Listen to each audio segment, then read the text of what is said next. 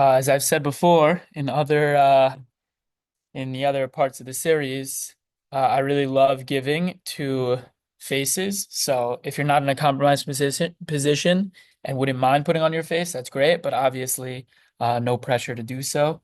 If you're on the Zoom, I see some of our also for me personally to see some of the fourth years, some of the graduating fourth years who've left Einstein. Would love to see your face, even if it's just on a computer. But again, if you're in a compromised position, no pressure. So we're going to start.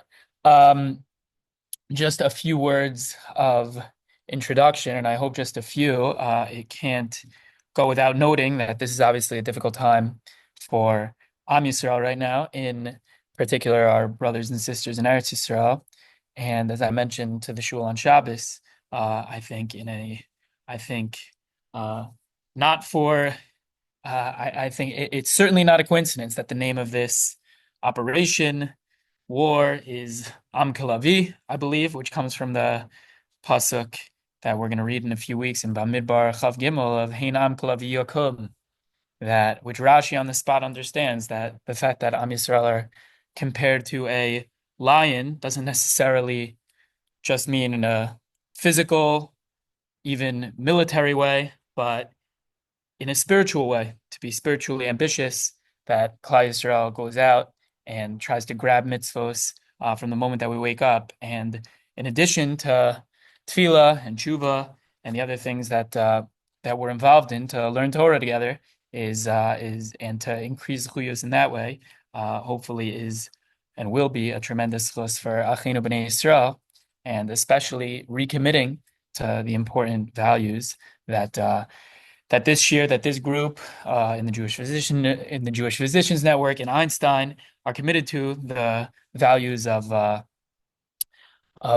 saving lives, of patient care, in addition to the values of keeping halacha and making sure that throughout everything, throughout every moment in the hospital, particularly we're dealing with Shabbos, throughout every moment, we remember HaKadosh Baruch Hu, we remember why we're doing it, and we remember Shabbos. And as I've mentioned before, and particularly in this year, it's relevant where we're going to talk about traveling, the fact that there will be certain chumras in certain areas where things get difficult are not because the we're not involved in something extremely important. It is not because the doctors are not involved in something extremely important. You are involved in the most important mitzvah, but the halacha expects us to save lives and also keep Shabbos, and that's what we're going to be dealing with tonight in terms of traveling. Obviously, this is an extraordinarily complex sugya. I was thinking of making it 2 parts, 3 parts, even more. It really could be 20 parts, but we're going to try to just get in the main ideas about traveling, commuting. Before that, I want to reiterate again something I mentioned on the first share in the series, that we're not discussing whether you should put yourself in this position, particularly for residents to be in a non-Shomer Shabbos residency, for example. We're discussing what to do once you're in this position, whether you're a resident, whether you're attending, whatever stage you're at, and even if you're not, it's important to learn about. The former question of doing a residency that puts you in this position, as I mentioned before, could and should be discussed with a competent Rav. But now we're discussing Lamaisa. If you're a resident fellow attending, whatever it is, and you get called for one of these cases or you're on shift, what do you do? So it seems that the sugya of traveling on Shabbos are 4 distinct categories, some more complex than others, for sure. The 4 categories are, first of all, commuting to the hospital for an emergency call. Second, commuting to the hospital for a scheduled shift. The third is returning home from an emergency call. And the fourth is returning home from a scheduled shift. Those are all different questions. Again, some easier than others, but we're gonna jump right in. For the first one, commuting for an emergency, as you mentioned before, this is basically something that our earlier shirim have discussed. But commuting for an emergency, as we know, Pekuach Nefesh is Docha Shabbos for various reasons that we've discussed. See the former shiurim, and in those cases for an emergency in Pekuach Nefesh, and you have a chola sheyesh bo sakana, and someone who needs your help as a doctor, again, an emergency case, you're not necessarily on shift, you get called, you have to go save the life, no questions asked. That's certainly clear and obvious. and you do whatever you can. If it's time sensitive, then you do the quickest way that you'll get there, and you would even be able to violate a doraisa and drive a car in order to get there. And see the last year where we discussed hakala kal tchila. We try to limit our isurim to the best of our ability, even when it's mutter to violate a doraisa. For example, in this case, it certainly would be, but even when it's mutter, we try to limit our isurim. In which case, it is important to note that that there are other modes of travel, including there are a number of modes of travel, and see some of the Jewish Physicians Network's resources going into each of them, but including the most common one that for sure now everyone knows about, which is Uber. And I'm not convinced, and a lot of my Rebbeim, I know in discussing, I know Rav Newberg has mentioned this number of times, that he's certainly convinced that an Uber takes quicker than driving. You don't have to park. You don't have to, mainly you don't have to park. So just wall to wall. And if you're living in one of the communities that we live in, and at most times of the day, it could be ordered pretty quickly, and you could get in there pretty quickly. And an Uber would be at most an Amir Lanachri situation, assuming that, and for sure you should do a Shinoi as much as you can to get them to open the door, for example. But it would be Amir Lanachri, not you directly operating a car, and certainly that would be more preferable than than for sure driving. There are other modes of travel. There's biking, which we're not going to get so much into. I think a lot of the biking sugya, even though it's fascinating and it's interesting to get into, a lot of it is theoretical, because if you could bike, oftentimes if you could bike, you could probably walk, or you're close to walking. Although that's not always true, and sometimes if you bike, you will be too tired to actually treat your patients in a lot of cases. But the biking thing is an interesting case, and the isurim of biking, it seems to be something along the lines of Nechol, in addition to other isurim. But we're mainly, when we talk about this year, we're mainly going to be dealing with Uber driving. There's an interesting discussion about public transportation and Uber versus public transportation. I know that Rav Willig has mentioned to me that he likes Uber over that, although it's an interesting discussion, because an Uber could also get you past a lot of the Hotzah issues, assuming that the place where you're going to, for example, does not have an Eruv, then the driver could just bring it straight in. And also the Nishmas Avram has mentioned on Shin Ches, in Simon Shin Ches, Sifkat Aleph, Nishmas Avram points out something like an Uber. I don't think he's referring to Uber itself, but pre-ordering a taxi in certain situations, he likes better than public transportation. Public transportation seems to be shifting a lot, so I don't want to take in terms of what you actually have to do and not get a ticket and things like that, whether it's no touch and different discussions. But for now, the discussion of Uber versus public transportation is an interesting one, but for now, we could assume that a lot of our cases, when I mentioned traveling, would be an Uber. So, in a case of an emergency case, in an emergency situation, again, you have to get to the hospital. Hakala kal tchila, better to limit it. Certainly better to take an Uber if you can, but certainly you'd be able to drive for sure. So, any of those cases, you're a cardiologist, your patient's experiencing cardiac arrest and is on the way in, you have to get in there. You're an OB, your patient's displaying signs the baby might be in trouble and need an emergency C-section. You get there, you're in internal medicine, your patient's mild infection is rapidly deteriorating with signs of sepsis. You got to get in there, no questions asked. Again, this is an emergency case when perhaps you're on call, but it's an emergency case. And those you have to get in. And again, if it's not time sensitive and you think you'll be able to get there with just enough time with an Uber, you should do so. If you need to drive, you can. So that's in terms of the emergency case. One more very important point about Uber that I can mention at the outset, and again, Uber is going to be a very important point here, but Uber Green is now a thing. Uber Green is a very important thing. I thank Rabbi Elliot Schreier, former Einstein rabbi, for alerting me to this. Uber Green is one of the options on Uber. If you've ever looked on Uber, they have Uber for pets. They have Uber X. They have a lot of different types of Ubers to fit all your needs. If you scroll down, there's something called Uber Green, which gets you an electric vehicle, which is great because if you assume, not like the Chazon Ish, that electricity is doraisa. You assumed like the rest of the poskim, like Rav Shlomo Zalman Auerbach, that electricity is derabanan. Then you just bumped your iser derabanan of Amira Lenachri. If it's a regular car, it'll be Amira on a doraisa. But you just bump that down to Amira on a derabanan because operating a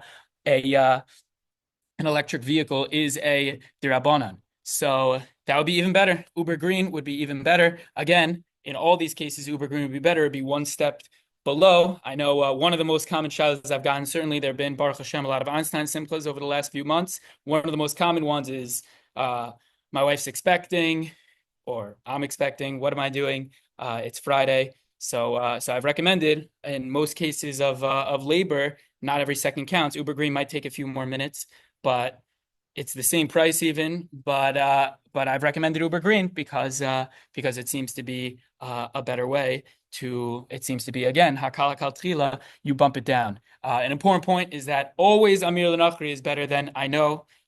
Based on what I just said, an electric car is derabanan. Once I'm doing derabanan, aren't all derabanans created equal? So why don't I just drive my Tesla? Someone here mentioned, understandably, it's an interesting, it's certainly a smart havamina. Someone mentioned, why would I have to deal with, why would I ever take an Uber if I just buy a Tesla? The answer is not all. As I mentioned the last year, see there, not all derabanans are created equal. Amir Lenachri is always, always, always preferable than all the other derabanans, including doing with a shinoi or anything like that, doing a doraisa with a shinoi. Amira is always better. It's indirect. It's someone else doing it. We're not going to get back there, but taking a Tesla is certainly not the same as Amira Lenachri. Amira on a Tesla is better than Amira on a Hummer, though. That's the only point that I'm saying, and that's an important point.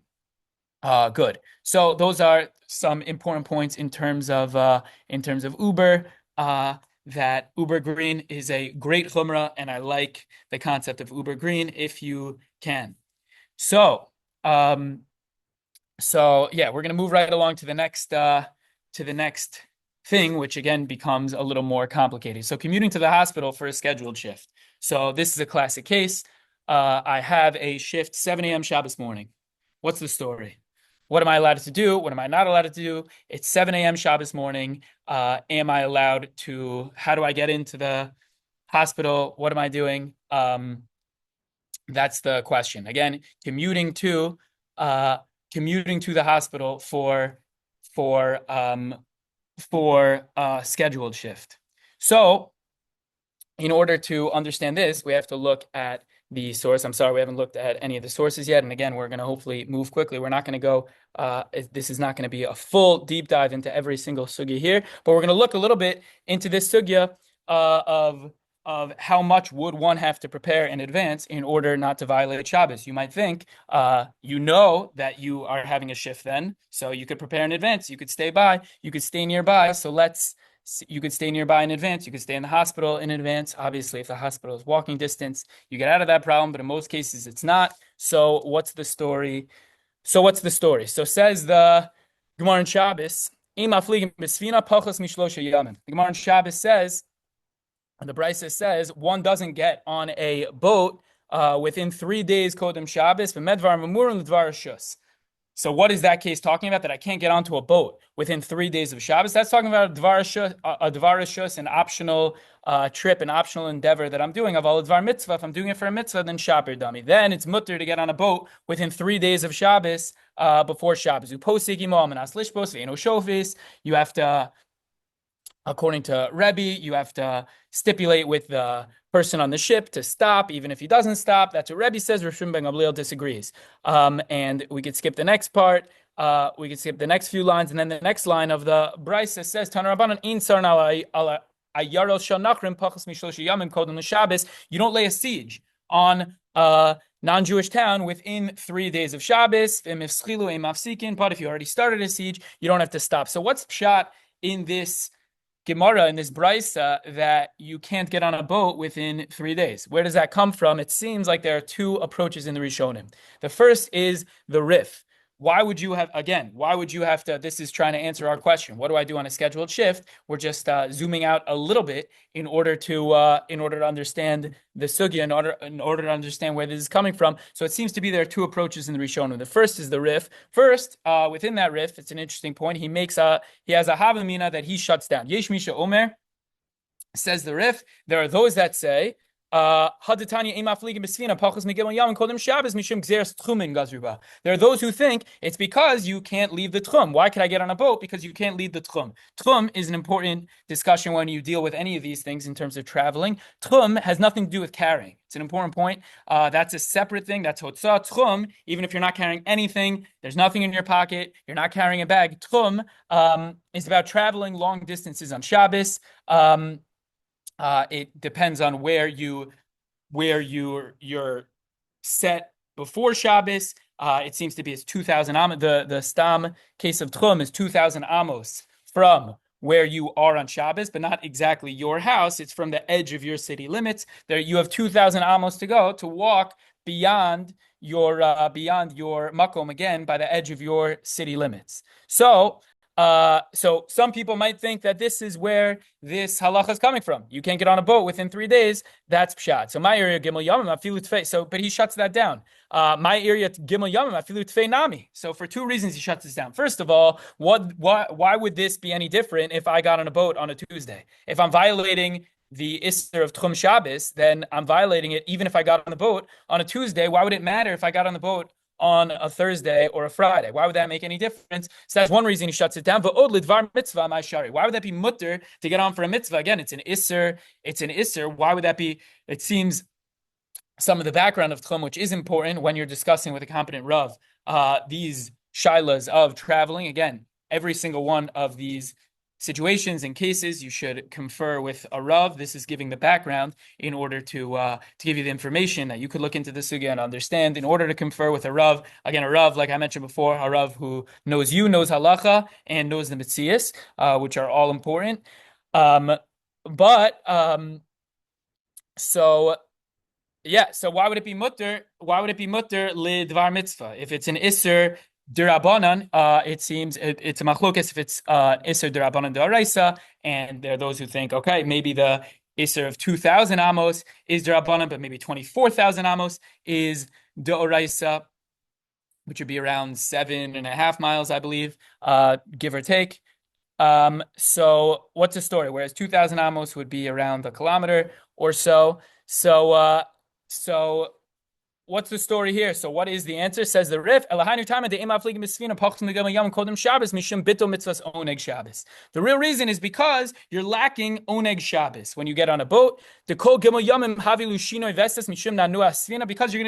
gonna be seasick, and within 3 days of getting on a boat, you're gonna be seasick. So you're gonna ruin your oneg Shabbos, and that's why it's usher to get on a boat within 3 days of Shabbos. And why would it be mutter for a dvar mitzvah? He answers his question. And for a dvar mitzvah, it would be mutter mishum de pater mitzvahs oneg, because if you were involved in a mitzvah, you'd be pater from oneg Shabbos. It's true. You'd be lacking a little bit of your oneg Shabbos. You'll be a little seasick. Nevertheless, it'd be mutter because osik mitzvah pater min a mitzvah. You're being osik in a mitzvah already. So therefore, it'd be mutter to put aside the mitzvah of oneg Shabbos. So that's why it would be usher to get on a boat within 3 days. And you have to plan to not do that, to not be mavater your oneg Shabbos. But the Baal Mor disagrees. The Baal Mor says the real reason we could just read the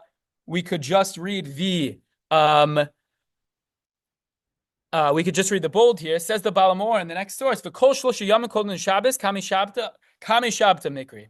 Because the 3 days before Shabbos are considered before Shabbos, are considered like Erev Shabbos, basically. V'nira kemasna lidchos Shabbos. And it's as if you're making it tonight. It's as if you're putting down that you are going to break Shabbos. What does the Baal Me'or say? Sorry, what does the Baal Me'or say? The Baal Me'or says, you know that when you're on a boat, on Shabbos, something will come up. Something's going to happen on this boat that you're going to have to do in order to break Shabbos. It'll be mutter to break Shabbos, by the way, because especially if it's a pikuach nefesh situation, it'll be mutter. But you're already putting yourself in the position to break Shabbos. You're putting yourself in a position to have to break Shabbos at that point, and that's why within 3 days of Shabbos, you will not be able to get on the boat because you're putting yourself again in a position to have to break Shabbos. And the obvious question is, why would this be any different? The 3 days before Shabbos. Why would it be different if I got on like I said, on a Thursday versus a Tuesday? If I have to break Shabbos, I have to break Shabbos. So it sounds that this Baal Meor is coming from. We're not going to get into the Gemara in Gittin. The Gemara in Gittin seems to lay down that that every day of the week is connected to one of the Shabboses. And he says, and just a bold, we'll read Chab Shabbat Trei Tlasa Basar Shabta Arba V'Chamisha Male Shabta Kame Shabta. So Sunday, Monday, Tuesday are all going back on the previous Shabbos, but Wednesday, Thursday, Friday are all considered before the next Shabbos. And we know on Wednesday, there's people quote that on Wednesday for the Shir Yom, we say L'chun Ranana. It starts being you start preparing for the next Shabbos. But so it seems to be coming from this. And again, we're not going to get into the sugya there, but it seems even in the way people talk that that the few days before Shabbos are already connected to that Shabbos. So you wouldn't be able to call yourself an ones. It's true that if you got it on a Tuesday, you'd have to violate Shabbos on Shabbos itself. But within those few days, you have to start preparing in order to not break Shabbos. And the Mishnah Berurah quotes this as well. We could just read the bold here. The 3 days before Shabbos are shayach, are connected to the upcoming Shabbos. And you should make sure not to come to Chil Shabbos. And he quotes his Baal Meor and he says, when you leave at this time, it's as if you are preparing or you know you're going to end up being Mechal Shabbos. And the Shulchan Aruch, we're not going to go through the Shulchan Aruch inside. Shulchan Aruch seems to make a distinction between whether you know bivadai that you are going to break Shabbos versus it's a possibility. And he says if you know bivadai that you're going to have to break Shabbos, then you'd have to prepare in advance. You'd have to limit that. You wouldn't be able to do it. But if there's a possibility, but you don't know for sure that you'd have to violate Shabbos, then you could be mekel in those cases. And based on this, Rav Moshe paskins that if someone knows bevada that they're going to have to be in the hospital on Shabbos, they know I have a 6 a.m. shift on Shabbos morning. I have a 7 a.m. shift on Shabbos morning. He says that you're going to have to. You can't break Shabbos. You can't drive into Shabbos. You can't drive in for Shabbos, certainly. And Rav Moshe writes as follows: even if there's certainly someone in danger and he wants you, and for sure, if you're already in your house, he says, we can just read that part outside, and you're already in your house and you get called and it's and the patient's waiting for you, of course, you have to come in. It's pikuach nefesh. Nevertheless, says Rav Moshe in the bold, mikol makom. When the Rofe knows that he's going to have to be in on Erev Shabbos, i.e., he has a scheduled shift at 6 a.m., you're going to be dealing with people who are you're going to be dealing with pikuach nefesh. Of course, it's not going into work, as we mentioned before. This is going in to save lives. And for sure on Shabbos, you have to have that in mind, as we mentioned before. You're not going in for work, you're going in to save lives. But nevertheless, you know this in advance. Says Rav Moshe, the doctor would be obligated to stay nearby to the hospital. You're going to have to, for sure, you're going to be able, in the vast majority of cases, to find somewhere near the hospital, to stay overnight. Even if it costs some money, in order to stay there. On Friday, when you're going home before Shabbos, you can't go home, because then you're planning to be Mechal Shabbos l'machar lisa l'beis hacholim in order to then travel to the Beis HaCholim. So that is what Rav Moshe says. So Rav Moshe says there's no wiggle room. This din of having to prepare in advance for Shabbos is a din, and therefore a rofe would have to stay in the hospital or nearby to the hospital before Shabbos. And if he knows that he has a scheduled shift, again, they're not being called It's not an emergency call. That's a different case. But if he knows that he's going to be there, bevadai, 100%. And again, this 100% is sometimes a little unclear because sometimes, let's say you know that you are. If you say that you know that you are on that you're on call. In most cases, you get called in, but not every case. That might be different than a case of vadai, but obviously it's case dependent. If every time you're on call, you have to get called in, then it might be similar to this. But from what I understand, that's mostly not the case. But if you have a scheduled shift, this is what Rav Moshe is talking about. You have to find your way in, but you have to find your way to make sure that you stay in the hospital beforehand. But Rav Shlomo Zalman disagrees. Rav Shlomo Zalman says that Rav Shlomo Zalman says, and again, Rav Moshe seems to make sense based on the sugya that we saw, and that's Rav Moshe. But Rav Shlomo Zalman, as quoted in Shmir Shabbos, first Shmir Shabbos quotes himself, Rav Neubert, who agrees with Rav Moshe, but then he says in the bold here, Ulam Shamati Me'agon Rav Shlomo Zalman Auerbach. So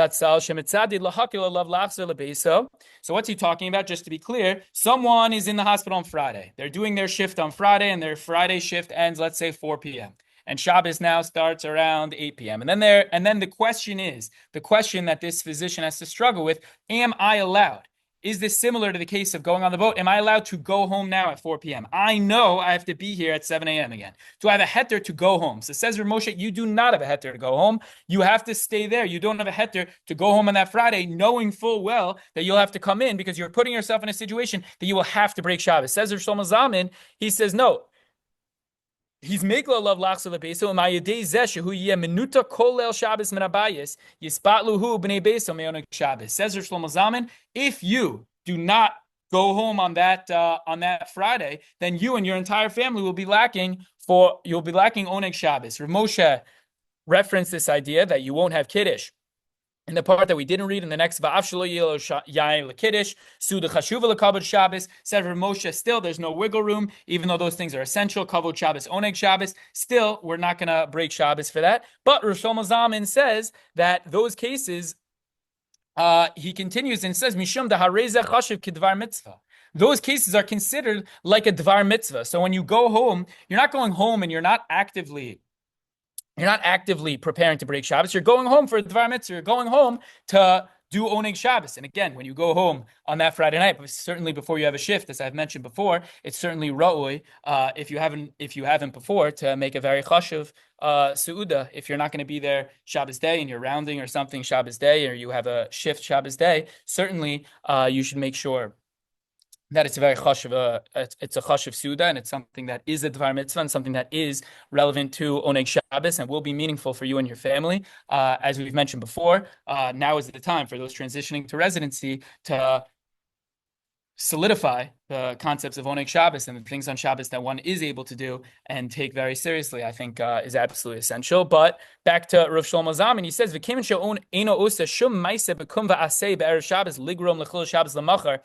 Shlomo Zalman, this is not necessarily the same case as getting on a boat, because getting on a boat, you're actively getting on a boat. You're actively doing something to be gorim your chil Shabbos l'machar. When you go home, to be gorim, to lead to your chil Shabbos, which will happen on Shabbos on the boat. But when you go home, you're not actively creating a case of chil Shabbos. You're going home. You're going home to be with your family to do a dvar mitzvah. Yes, it's true. The next day you're going to have to go in, but at that point, that's going to be a mitzvah to go in for pikuach nefesh. So at that point, you're allowed to go home on Friday, and then the next morning, you know you're going to have to go in, and you're going to be allowed to go in. But you're not actively being gorim to chil Shabbos. You're not actively leading to chil Shabbos when you go home on that erev Shabbos. So therefore, it's going to be mutter. Ve'enu chayiv lazov es beisom erev Shabbos. You don't have to leave your house on erev Shabbos. But Rosh Hashanah makes an important caveat. Achim inze ele mikra chad pa'ami. But if this is only a once or twice type of thing, I spoke to a prominent doctor today who's also a Talmud Chacham. I'm not sure if he would want me to quote him by name, so I won't. But I spoke to someone today who said that he was able to work out through most of his residency, fellowship, etc., to be in Shomer Shabbos programs, and it happened very, very few times throughout the beginning of his career that he would have to be on Shabbos. So he decided, even based on this Rosh Shlomo Zalman, that so he realized based on this or Shlomo Zalman that those times, I think he said it was a handful of times 1 year at most. But if this is something that doesn't really happen, it's not something that's consistent. Again, I don't have a consistent shift on Shabbos, but something that just happens very rarely. Then Toshelo Yazov is Beis Achol and Vishar Sham Shabbos. Then you shouldn't rely on this, and you should stay there over Shabbos and work it out to be there on Friday night. But Rav Shlomo Zalman is talking to someone who consistently will be mevatel their Oneg Shabbos if they had to stay over the entire Shabbos, if they had to stay over Friday night in order to be at their shift Shabbos morning. Then says Rav Shlomo Zalman, then you should be machmir in that case. But if it's something consistent, then you can be makel and go home. And he quotes a case again, not necessarily relevant to physicians. He quotes a case, a similar parallel case for a chayal who's able to go home for a little bit for vacation before Shabbos, and it's a possibility that he might have to go back to his base if something happens, if a security situation happens. He might have to go back on Shabbos. Does he have a heter to go home for vacation on Thursday if he might have to go back to his base on Shabbos? Obviously, he could stay on his base the entire time and then not have to go back to base for this emergency. Says Rav Shlomo Zalman, he could be makel, he could go home, and if the case comes that he'll have to come for an emergency on Shabbos, then he can again, but he wouldn't consider that chayal is going home or the physician going home on Friday. He wouldn't consider that actively being mevatel, actively planning at least to violate Shabbos, and that's the sheet of Rav Shlomo Zalman. So it's machlokas for Moshe Rav Shlomo Zalman. Rav Shlomo Zalman I put on the sheet is medayek from the Mishnah Brura in Siman Shin Lamed in a different context, but when we're talking about being machal Shabbos for a being machal Shabbos and planning in advance, says in Mishnah Brura, quoting the Sefer Chasidim, "L'chein min hara'oi leisha she'egia lechodesh tes lahazmin b'kol erev Shabbos kol advarim anitzrachim la." For a woman who is in her 9th month, who knows that she's imminently giving birth, the Sefer Chasidim says min hara'oi. It is proper for this woman to plan in advance. So he says, so Shlomo Zalman's medayik, it seems to be a chumrah, not me'ikar adin, to have to plan in advance before Shabbos. So therefore, he's cholik on Rav Moshe and says it's really not me'ikar adin that one would not be able to go home before Shabbos, and they wouldn't have to stay over on. They would not have to stay over, and it seems he would be matir driving here. But again, like I said, it seems that the standard approach is to take an Uber. Certainly, if someone is relying, and again, this should be discussed with everyone's Rav. If someone's relying on this Rav Shlomo Zalman, Rav Moshe wasn't talking about a case of an Uber, but it seems if someone's relying on this Rav Shlomo Zalman and it's a scheduled shift, it seems there's no good reason why not to use an Uber there. If you know your shift's on at 6 a.m. on Shabbos and you know that you could order it in advance, you should do everything in advance, order it in advance, deal with everything in advance, Uber Green, all the things in order to limit the amount of Yisurim. For sure, if it's a scheduled shift, I see no reason why one wouldn't be taking Ubers. I know that Rav Willig Rav Willig has mentioned that he was speaking to someone who asked him that the Ubers can get very expensive. I'm aware that this isn't the most well-endowed bunch, those who are going into residency, and certainly residency does not pay a ton. So certainly that is a point, but nevertheless, that is an expense that's certainly worthwhile for Shabbos, and certainly is something that someone should splurge for in order to take an Uber, in order to make their way in. Again, if we're relying on this Rav Shlomo Zalman. Good. So that's in terms of getting to the hospital. So the more confusing point, and I know it's late, so we're not gonna this real sugya in general of returning from the hospital on Shabbos is truly a massive one. Seriously, one of the most complicated sugyas in halacha that I've looked into. Just the sugya and the Gemara that we're going to look at and the poskim are really extremely vast, and there's really ideas from completely opposite ends of the spectrum of how to read the Gemara and how to paskin here. But we'll try to condense a little bit and just try to get a feel of this sugya about how to return, about whether one could return from the hospital on Shabbos. Again, we said there are 4 categories. The 2 categories, so we dealt with the category of going in for an emergency. That one's pretty clear. going in for an emergency. Everyone agrees. You got to go in for an emergency. You should try to limit it. You got to go in for an emergency. You could even violate a doraisa if need be. The second thing is the second case of going in for a scheduled shift. Machlokes, Rav Shlomo Zalman, and Rav Moshe. And that was the second case. The third category of returning home from an emergency. So the third category of returning home from an emergency and the fourth category of returning home from a scheduled shift, we're going to deal with in one swoop. And obviously we'll be able to hopefully figure out what the difference is. Obviously, as one can imagine, there are differences between those two cases. But this returning sugya, we're going to start with this Mishnah in Eruvin that we put on the sheet. The Mishnah in Eruvin says, sorry, I haven't been looking at the chat. Is the source sheet posted somewhere? Yes, I put the source sheet on the GPN chat. I could put it here. I got it at this point. Thank you. Got it. Okay, great. If you could post it on the chat, then that'd be great. If anyone else doesn't have it here, I have physical copies here. But yeah, I posted it on the GPN chat. You know what? I'll post it on the Einstein chat as well. Or Aaron, if you could post on the Einstein chat, just for anyone, Sure. that would be great. Perfect. Sorry if anyone didn't have it who's here, if anyone didn't see it who isn't on the GPN chat. So we're on page 2 of the Marmakomos at the returning from hospital on Shabbos section. So towards the middle-ish of that sheet, I would say the 62-yard line of that sheet. So the Mishnah says, Mishi yotzer b'rshus v'amar lo kfar nasa ma'isa. So what's this case? Someone leaves b'rshus. The Mishnah says someone who leaves b'rshus, and we're going to look at what those cases are, or we can look right now at the next source on Rashi. What's the case of someone who leaves b'rshus? Someone who leaves on Shabbos.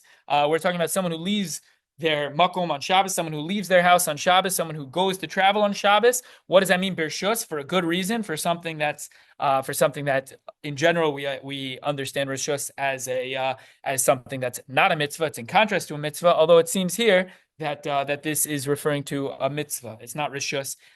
In contrast to mitzvah, it's rishus as in with permission. They were allowed to leave, perhaps leaving their tchum, leaving their area. They were allowed to leave and go in this case. What are those cases? They went to testify for Rosh Chodesh. They went to testify in Beis Din that they saw the new moon. They went to save from an invading army, obviously a mitzvah min hanar, or from a river that overflowed into the city and is causing danger. Or it was a midwife who was going to help someone give birth. All these cases, someone who went to a different place, perhaps beyond their tchum. So someone who went out and did this. Back to the Mishnah. Your services are no longer needed. It was already done. We don't need you. The woman gave birth. The danger has been dealt with. There are other Eidim who already came. So what do you do now? They already schlepped. They're there. So what do you do? So it says the Mishnah, Yeshlo alpayim ama l'kol ruach. So the person has 2,000 amos, 2,000 new amos in any direction. They could go back or whatever, 2,000 amos. But if they were still in the tchum, then it's as if they didn't leave. They have the same tchum that they had before. But this is referring to people who left their tchum, and it was mutter for them to leave their tchum. Certainly, all these cases was totally mutter for them to leave their tchum, was totally allowed. It was a mitzvah for them to leave their tchum. They had to leave their tchum. Whatever it is, those people left their tchum. So now they have a renewed 2,000 amos l'kol ruach. In any direction, 2,000 amos. And then says the end of the Mishnah, Kol hayotzim lahatzil chozrin limkoman. All who leave their place to save, it seems to save lives, chozrin limkoman, could return to their place. And if we're reading properly, we should ask an obvious question, that it seems to be an obvious stira. The beginning and the end of the Mishnah don't seem to jive.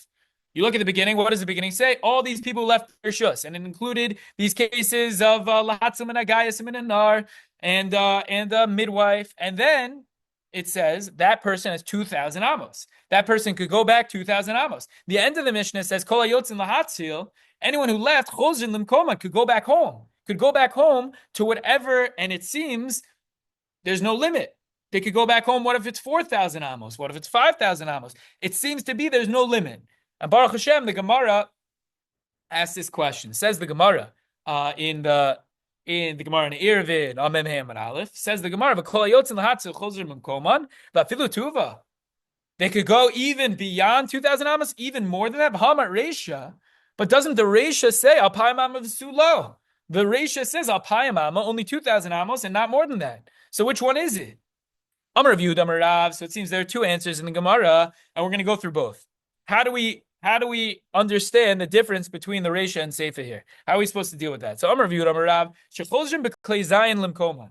Says Rav Yehuda Amar Rav, says Rav, that says Rav Yehuda Amar Rav, Shechozrim b'klei zayin limkoman. The case, at least as understood by Rashi, is not, the end of the Mishnah is not saying that you could go beyond 2,000 amos. It's not saying that you could actually go back 10,000 amos. Rather, the end of the Mishnah, what does it say?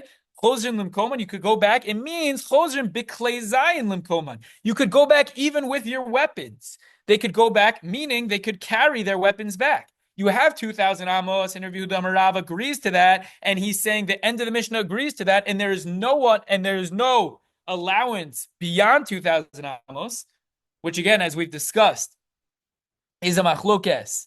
Is a machlokes whether the concept of tchum is doraisa d'Rabbanan. It seems to be that and their poskim who think that 2,000 amos seems to be d'Rabbanan, 24,000 amos is doraisa. So there's a new 2,000 amos, which Rav Yehuda Amar Rav says the end of the Mishnah also agrees to, but it's adding that you're allowed to violate, as we mentioned, tchum.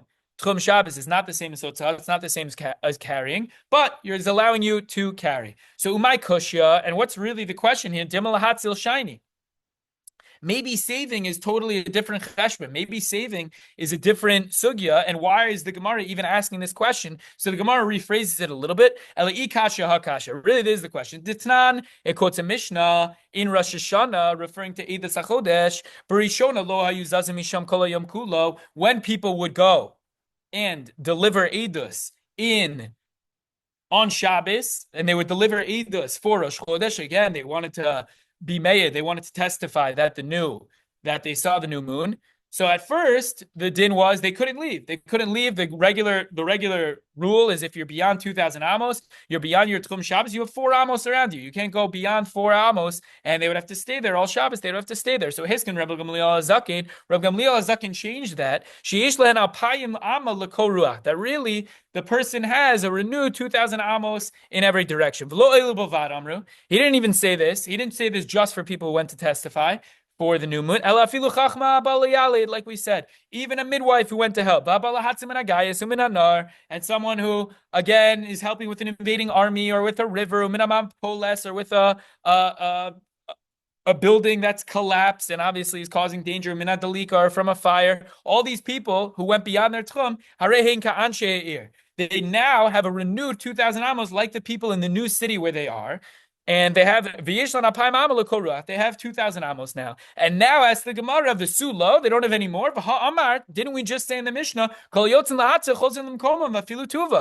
anyone who went to save lives, he could go back to his home. It seems to be even more than that. So Amar Rav Yehuda Amar Rav, like we said, he says, no, really the answer is they're just allowed to schlep there. They don't have more than 2,000 amos, but the end of the Mishnah is just coming to add they're allowed to schlep their weapons. Kedetanya, Barishona Yomanichin. So why did they allow this? Why is the end of the Mishnah allowing people to also carry their weapons? You allow them to go back 2,000 amos. That was Rabbi Gamliel HaZakin's takana. He allowed 2,000 amos, but why are they allowing you to also violate Hotzah? Kedetanya, because of this brisa, Barishona Yomanichin Klei Zayin Bebayas Asamach Lechoma. Originally, when people had to go out, and let's say this is obviously referring to people who needed weapons. So they went out to deal with an issue, to deal with an invading army, and they would leave their klei zayin, they would leave their weapons with bayis hasamach lechoma. They would leave it at the nearby home. They couldn't carry their weapons, so they would leave it at a nearby home. So at some point, their enemies noticed them and then chased after them when they didn't have their weapons. And then they had to go into that house. They had to go back to that place where they left their weapons to go get it. And then obviously the enemies followed. And it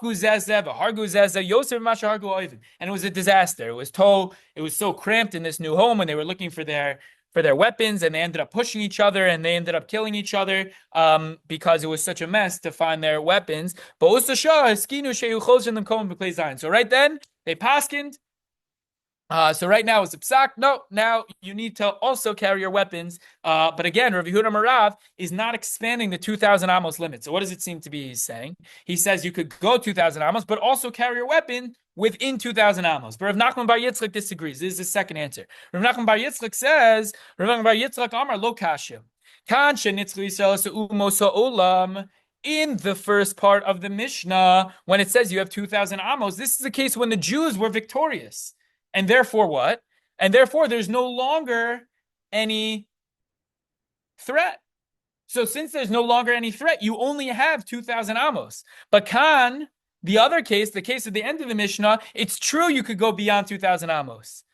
But the case is shenitzchu umos ha'olam es atzman. But that is the case of when Shenitzchu umos ha'olam es atzman. Technically, this means that the nations of the world defeated themselves, but it's just a euphemism to say that it's when the Jews lost. The Jews lost, and therefore, there's a danger. There's a danger that since they lost, they're going to need their weapons. So, they're going to need to. They're going to, this case, they're going to need to. They're going to need to go all the way.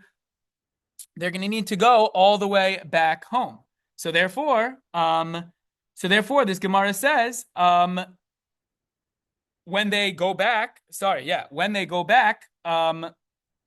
they're obviously going to need all of their weapons, and they're going to have to go back. Yeah, they're going to need all their weapons. They're going to have to go back as far as possible.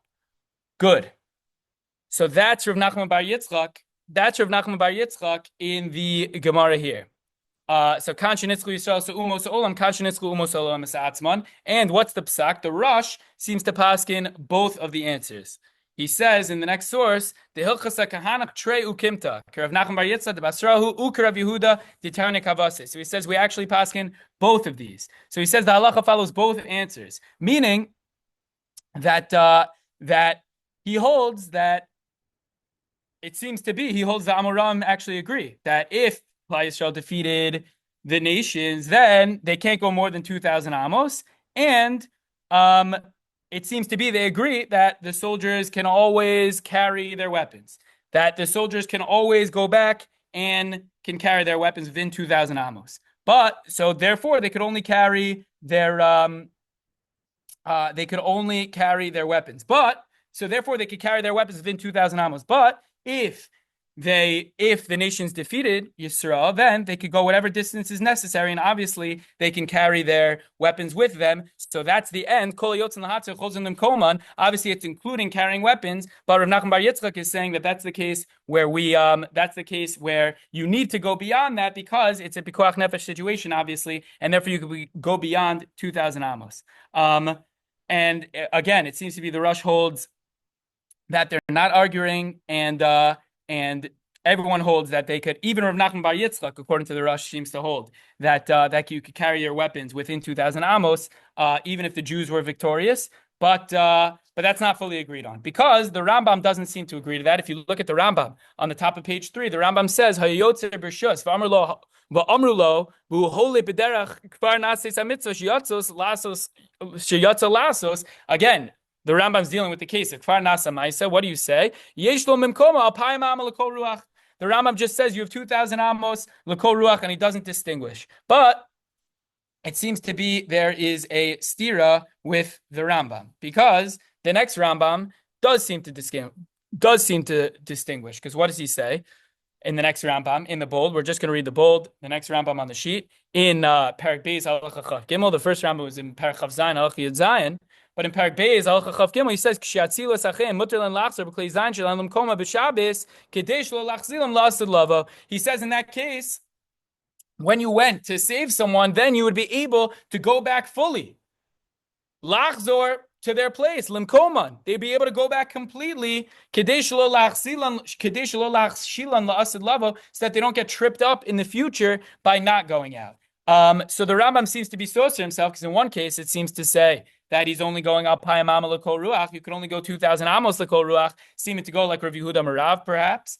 But then the next case, he says, no, you could even go beyond 2,000 amos. If you went to save someone, you could go beyond 2,000 amos. And he doesn't say, he doesn't limit that to the case of when the umos ha'olam when the Umos Olam were victorious, and then it seems to be an obvious point that if the Umos Olam were victorious and it was a Pikuach Nefesh situation, then they would need their weapons. So, what do we do with this? And to make matters worse, it seems to be a stira in the Shulchan Aruch as well, because the Shulchan Aruch paskins in the next source in Shimon Shun Chav Tes Sif Tes Kol Yotzin Lahaser Chol B'Klei Koman.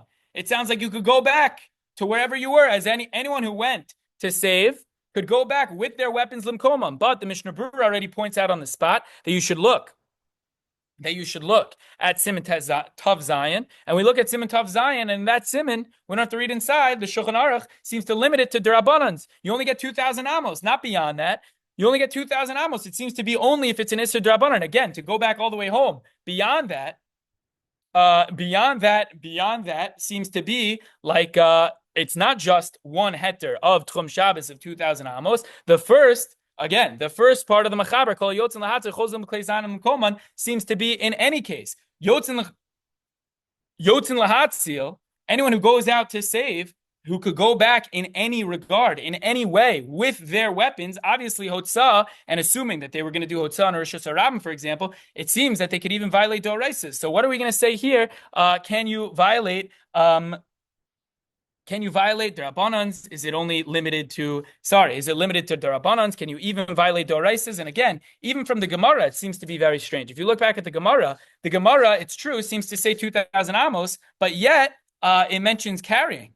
Within 2,000 amos and carrying Hotzah, at least if you're not dealing with the Carmelists, then it would be, if you're dealing with the Carmelists, it would be the Rabbanan in certain cases, which again, we're not going to get into, of certain areas, it would only be the Rabbanan. And if that was the Chiddush of the Gemara, it should have just said so. If it was a Chiddush that, you're also only allowed to carry within a Carmelist, then the Gemara should have said so. So it sounds like from the fact that you'd be matir carrying weapons, it would even be matir doraisa. So even from the Gemara itself, it's extremely unclear what we would be matir exactly from this Gemara. But to take a step back, what is this Gemara based on? What's this Gemara? What rule is this Gemara working with? This rule seems to all be based of a case of which we see in the Gemara in Beitza, which is as follows. Actually, I didn't put that next in the sheet. Both Tosfos and the Rashba assume that this is all based on that Gemara in Beitza. We could read it from the Tosfos, and then we'll build it from the Gemara in Beitza, or from the Gemara in Beitza. Says Tosfos. Tosfos says these should all be on the list in Beitza. Tosfos on that line in Erevin, in our case in Erevin, and the Rashba says the same. He just says it in Beitza, that all of these cases in our Gemara should be on the list in Beitza, but they were so obvious. What is the list in Beitza that they should be a part of? What's the list in Beitza? The term in Beitza, which is essential for this sugya of returning home from the hospital, is, I put it the second to last source on the sheet on page 3. V'amar Ula shlosha dvarim hitiru sofan mishun tchilasan. There are three things in that list that the Torah was matir. The Torah allowed you to do sofan mishun tchilasan. The Torah was mapir, which literally means permit the end due to the beginning. The Torah allowed certain forbidden actions, forbidden activities, in order to prevent people from not performing something else which would be positive at the beginning. Matir sofan mishun tchilasan. So there would be matir the sofan, which was previously aser, mishun tchilasan, in order to make the tchila. So what's the point? What's the connection here? It says Tosfos, this should all be on the Beitza list, because the Beitza list, and in Beitza it gives three examples, or Lifnei Ador's son. The case is they would allow one to spread out animal hides on Yontif, even though generally that's Asami D'Rabbanan, because it's part of the tanning process. They would allow people to spread out their tans so that people wouldn't hesitate to do shchita on Yontif, fearing that their animal hides would go bad and would go to waste, so they would be matir that. V'trisei chanuyos, they would allow people to shutter their stores on Yontif as well. They would allow storekeepers to keep their shutters closed, obviously after keeping them open, because They wanted people to keep their stores open so people could buy things, so people could get things for their yontif needs on yontif in order to get their animals and stuff. It was very important to have their yontif needs met. The chazar sroteya b'mikdash, a kohen could replace his bandage on yontif. Again, this requires some background, but the kohen can't have a chatzitza during the avoda. The kohen can't have something blocking his skin during the avoda. So if he wouldn't be allowed to put the bandage back on his hand after the avoda, he may be apprehensive to do the avoda in the first place. So he was allowed, so they were matir him to put the bandage back on after the avoda in order to participate in the avoda. These are all cases, again, that the Torah was matir something in order to convince people, or in order to ensure that people would do it at the beginning. They wanted the Kohen to do the avoda. They didn't want the Kohen to shy away from the avoda based on not being able to put the bandage back on his hand. So they were matir him putting the bandage back on his hand. Says Tosfos, our case is the exact same. Someone who goes out to save someone, or someone who goes out to testify, or any of these cases, you should be it should be on this list. All these cases of being matir, someone going back, someone going within 2,000 amos, for example, all these cases, whether you go like Rav Nachman Bar Yitzchak, or if you do Amarav, either of these cases, it should be considered one of these. Sofa mishun chilasan, you're allowing them to come back, because otherwise, what's the assumption, obviously, of Tosfos and the Rash, but at least the way Rav Moshe understands that Tosfos and the Rashba are very expansive, and they assume that, or they assume our Gemara, all of it is based on this concept of, and he gets this from this Tosfos and the Rashba. But so it's assuming that this entire case is also sofa mishum tchilasan, hitiru sofa mishum tchilasan. You should allow them to go back mishum tchilasan, because otherwise they wouldn't go. And this really gets into the big question that, again, we're just going to give an overview of some of the psakim now, but this sugya really gets into the question of what exactly are we matir? What exactly would we be matir? Like we said, the Gemara seems to be a little vague, because on the one hand, it only allows 2,000 amos. On the other hand, it mentions carrying. And if you look at our Gemara in Beitza, and this is a difficult point. You look at our Gemara in Beitza, and I put this on the fourth sheet, on the second to last source in the Makoro sheet. You look at that Gemara in Beitza, all those cases are Isurei D'Rabbanan. All the cases of Hitir Sofa Mishum Tchilasan seem to be Isurei D'Rabbanan. So while it's true, our Gemara mentions carrying, and maybe you could expand it to being Doraisa, perhaps based on that, the cases in Beitza, we only have a concept of hitiru sofa mishum tchilasan to allow D'Rabbanan. Says the Magen Avraham very clearly, Dilo shari sofa mishum tchilasan el b'mlacha D'Rabbanan. This concept of allowing something mishum tchilasan to make sure that people would still engage in this activity from the beginning is only matir D'Rabbanan. So in this case, it would seem that. So based on that, one would think that this would be mutter mishum, it would only be matir a D'Rabbanan. Only someone engaging in a Isser D'Rabbanan would be able to go back. And again, we're getting closer back to our question. Can I go back? Let's say for an emergency case, this is, first we're going to deal with that. So what's the emergency case? So the classic case that Rav Moshe Feinstein was asked was about a Hatzalah guy. Someone gets called. Obviously, Hatzalah is an easy case that someone should for sure have to go. And in that case, especially with those trucks, they would drive, and for sure they have to go. And literally every second counts in those cases. So going to the scene of the accident or something is obvious. They would have to go. And the question is, what does a Hatzalah person do afterwards? I'm finished with my. I'm not engaged in Pikuach Nefesh anymore. And again, this whole sugya is interesting because one would think, where would the heter be? I'm just a regular person. When I'm done with my shift, perhaps I'm just a regular person. You're a doctor, you're a special person, but you are a regular person to the extent that Shabbos applies in all realms, in everything. So why would you be able to violate Shabbos in any way to go back home? And this Hatzalah person, even if they're many miles away from their home, maybe that's it. They would have to finish up Shabbos wherever they are. And this gets into the question of Sofa Mishum Tchilasan. Are we going to be matir Sofa Mishum Tchilasan? So Rav Moshe Feinstein in a mechudash, in an extremely long mechudash tshuva, I put it at the I put a small line of it and the last source of the on the last source of the sheet. Again, a very, very small line of it. It's an extremely long, complex Gemara, but basically Rav Moshe reads this Gemara totally differently than the rest of the simple understanding of the Gemara that we said. It seems that the way that he deals with this stira in the Rambam and the Shulchan Aruch, I don't understand. Is it a Darabanan? Is it a Doraisa? The way that the Rav Moshe breaks down the two different cases in the Gemara is not that the way the Yada Isan, for example, understands the Rambam, that really the Rambam in one case is just relying on the Rambam. In the other case, Rav Moshe says they're two distinct cases. Really, Rav Moshe says the two halachos and the disparity in two cases is that the job in Perek Beis of the Rambam, where the Rambam seems to be matir, even a doraisa, and has no limit, it's a short job. And the person thinks it'll be a quick fix. And then they'll be able to return that day. And they may not go next time if they can't get home.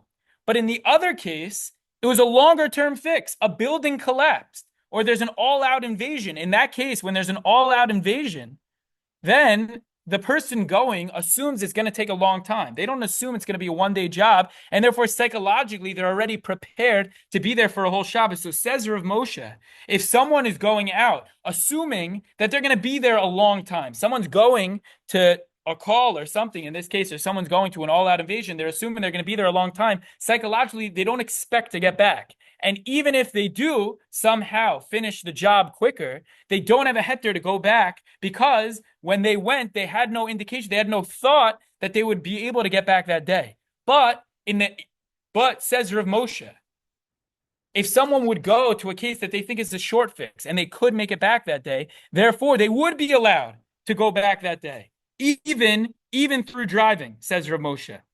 And he proves this in a bunch of different ways, which we're not going to get into. He says the fact that it includes even a midwife who comes to help with birth shows that it's not limited to soldiers, and it's not limited to someone who could come back and then protect the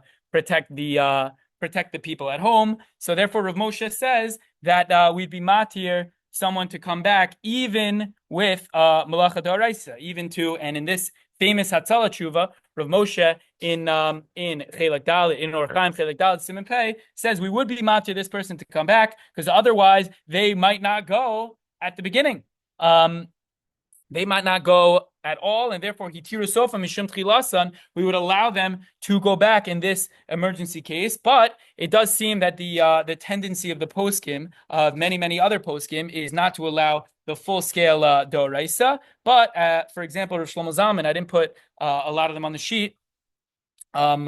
I did put the Chasam Sofer on the sheet that I skipped, but the Chasam Sofer says something fascinating. Why would this hitir sofer mishum tchilasa necessarily apply to a case of someone going to Eidos? Because he says he bases it actually on the pasuk that we've quoted before of V'shamar b'nei Yisrael Shabbos, which is one of the sources of saving someone's life, of Pikuach Nefesh being Docha Shabbos, that the goal of V'shamar b'nei Yisrael Shabbos, the goal of keeping Shabbos is Lasus Shabbos in the future, in order to ensure that more Shabbosos are kept in the future. So therefore, we should make sure that people are saved to keep Shabbos in the future. So he says, so based on this, he says on the bottom of page 3 in the surah, Chal Shabbos Echad Kadesh Yishmor Shabbosos Harbe. That's what the point of V'shamar b'nei Yisrael Shabbos says. So Kol Michshol, so Hachanami Kol Michshol Asid Ha'asid Al Yedeze Yischalu Shabbosos Harbe Bekilkol Amoadim.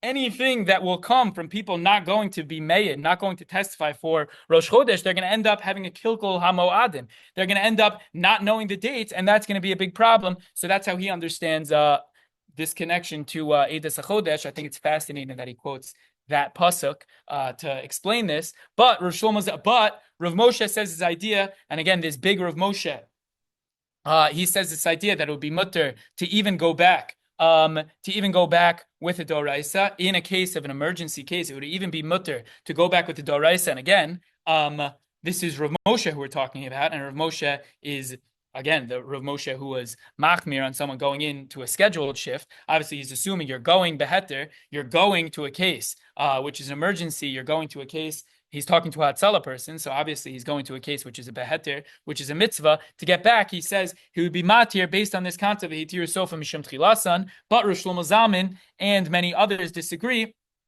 Rosh Shlomo Zalman poses in his tshuva. It's a beautiful thing. At the beginning of his tshuva, he says, even though he really takes on Rav Moshe in a very forward way, he writes that Rav Moshe gave full reshus to publish the tshuva, which is fascinating. But so in Michla Shlomo Chelik Aleph Sif Ches, he disagrees. He says we would not be concerned that that people won't go the next time. And he says we're not going to be concerned. He says just this idea to be matir doraisa for these people is not necessarily a good psychological point. He says in that case, the soldiers would not be apprehensive to save people in the future if they had to if they have to stay in their place. Again, we're not going to go into how he fits it all back in the Gemara, but the heter of the Gemara is specifically for the people who have a chashash sakana to remain in their current place. He says the fact that people are leaving their current place, according to Rav Shlomo Zalman, is because it is dangerous in that current place, and that's how we understand that Gemara. The reason they're leaving is not because we don't think they're going to come back next time, because of course they're going to save other Jews, but it's because there's a danger in their place, and so too, and he connects it to our case, and that's a real concern. A doctor who's not afraid, so in our case, in contrast to a case where it's dangerous, a doctor who's not afraid to remain in their current place. There's no danger remaining in the hospital if there's a call, if someone's on shift, and then if there's an emergency and you can't come back, or a Hatzalah person, as the case may be, there's no danger staying wherever they are. It's just annoying. So he has no heter to violate a doraisa, but nevertheless, Rosh Shlomo Zalman is matir in an emergency case to go back with Amir L'Nachri. Based on the Chasam Sofer, you could violate a Darabanan. Again, like we mentioned in the last year, that's why it's important. Is after that, Amir L'Nachri is even mutter for Chol She'im Bo Sakana. Amir L'Nachri is different than other Darabanans. So he's matter even going through Amir L'Nachri. So the Hatzalah person could take an Uber back. That's fine. Wouldn't be able to drive back. That's the case of the emergency case. And that seems to be, and again, bringing it to a doctor, someone who's coming in an emergency case, and we're connecting it back to someone who has a regular shift. So the question is, where does a doctor fit into this case? Because again, this is talking about Hatzalah person, which is a little different. So a doctor, first we're going to deal with the emergency case. If someone is getting a call, you could say that a doctor knows the call is going to come. But the doctor knows the call is going to come, and therefore it's not necessarily the same thing as hitir sofa mishum tchilas. And you could argue for at least two reasons that a doctor is a little different. First of all, it's not clear that a doctor would refuse to work in the future. That part is not clear at all. Hatzalah obviously are volunteers. If someone knew in Hatzalah that they wouldn't be able to go back to their family, then they might be very apprehensive to be in Hatzalah or to go the next time. But a doctor, it seems most of them would continue to come in their future, even if they had to stay in the hospital for a Shabbos. Even if one had to stay in the hospital for a Shabbos, would they stop being a doctor altogether? It seems that the answer might be no. And also, at least in America, it would seem there'd be no real sakana if religious doctors didn't work on Shabbos. If they didn't come to work on Shabbos, in addition, there seems to be a difference with Hatzalah that a doctor coming back home wouldn't necessarily be able to take care of their area, as opposed to a Hatzalah person. When they come back, they might be able to take care of a different call that they might get. Whereas in most cases, a doctor, assuming they're not the one address and assuming people don't knock on their door, which is the case in most situations for a doctor, they wouldn't be able to necessarily be helpful back at home. So that's some of the differences with a doctor. But that being said, very important, this doctor who I spoke to today did point out that there are a couple, and it's quoted in other places that Rabbi Dr. Apfel has pointed out that sometimes it is an important point to make that sometimes doctors, if they're not taking an objective look at the particular case, when they get a call in, because if a doctor gets a call when he's on call and he has to decide whether to go in or not go in to take care of this patient, he has to decide whether it's urgent or something that's not urgent, something that could be dealt with in 24 hours. This person should perhaps have a heter to be able to come back, because there's a possibility that this person, it'll cloud their judgment. I don't want to be stuck in the hospital, and therefore I'm going to decide that this call is not necessarily urgent. So one has to definitely ask in every situation, and that's why it's not obvious what to do in those situations. Or for example, on a Friday, if someone's patient, if someone's able to go home, for example, and someone's patient is coding and their patient is in a bad way, they might justify to themselves, oh, the patient's fine, or other people could deal with it. I'm not really necessary, so I could go home because I don't want to be stuck in the hospital. So perhaps there would be room for a heter in those cases to make it more similar to Hatzalah person. Again, like I said, the tendency of the poskin is to only allow the Rabbanans. Rav Moshe is a big chiddush there. Those poskim are Shlomo Zalman Auerbach, like I mentioned, the Tzitz Eliezer, the Shmir Shabbos Kehilchasa, the Nishmas Avram. All they would say would allow the Rabbanan to come back in an emergency case like those. Again, when you get called in, for example, or perhaps in that case on a Friday when someone's being apprehensive about whether to stay or not, every single one of these cases, one should definitely consult with a Rav. And again, the tendency of the poskim is not doraisas, but Rav Moshe does say it, and the Chasam Sofer is quoted as allowing doraisas as well. So that's a very important. So that's a very important point for an emergency case. And then coming back from a scheduled shift, obviously it seems to be that that this doesn't apply to hitir sofa mishum tchilasam because it's scheduled shift. They were coming in and they have to come in for their shift. And Rav Shechter points out in Big Ve'atzon as well that when a person has a scheduled shift and they're getting paid, hitir sofa mishum tchilasam would not apply whatsoever. They're getting a scheduled shift and they're getting paid for it. None of this applies. But on the previous point as well, and this is important, regarding perhaps emergency cases, Rav Asher Weiss in Mechasasher Chelik Beis Simin Membeis, he quotes the whole Hatzalah sugya and then is apprehensive again to give any of those heterim to regular doctors. But in an emergency case, he does quote an interesting story from the Brisker Rav, who saw a woman walking home from the hospital after dealing with an emergency. I'm not sure how he knew it was an emergency, but he forced the woman to drive home.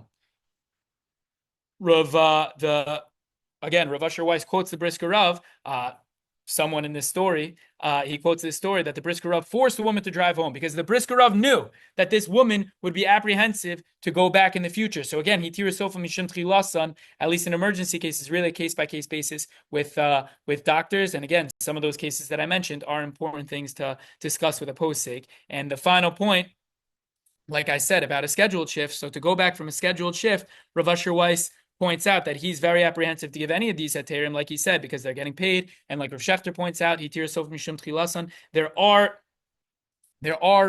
certain makom sorechs where people would be matir d'Rabbanan. I don't know of any posek on the planet who is matir d'oraisa in order to drive to get back, and that's why it's important that everyone knows because someone's a doctor and is going to round or something, I don't know of anyone who is matir d'oraisa to get back. In certain situations, there might be a heter to come back with via a d'Rabbanan in a makom sorech, for example. If someone finishes Shabbos morning, certainly if someone finishes towards the end of the day on Shabbos, then I think there would be much fewer heterim to rely on to get back. It's true that Rav Willig has mentioned, I think even to the Jewish Physicians Network, that there are cases where a posek would be matir in Uber, but like I said in this sugya, hitir sofa mishum tchilasan, in order to be matir the Rabbanan, you'd have to rely often on this concept of being matir sofa mishum tchilasan, of being matir people, of assuming people wouldn't be able to come back. And this person had a scheduled shift. So in order to bring that over to a case of a scheduled shift would be challenging, and therefore consult with your Rav. There certainly are cases where, again, a d'Rabbanan, being matir d'Rabbanan might be in order. But again, that would really mean an Uber. But again, please consult your local Orthodox rabbi for that case of coming back from a scheduled shift, which is certainly the most machmir of any cases. So to conclude, first of all, thank you for those who are listening to the recording, and we should all be zoche to be able to keep Shabbos and to keep halacha in the best way possible. Have a great night. Go ahead, Rabbi. All right, thank you.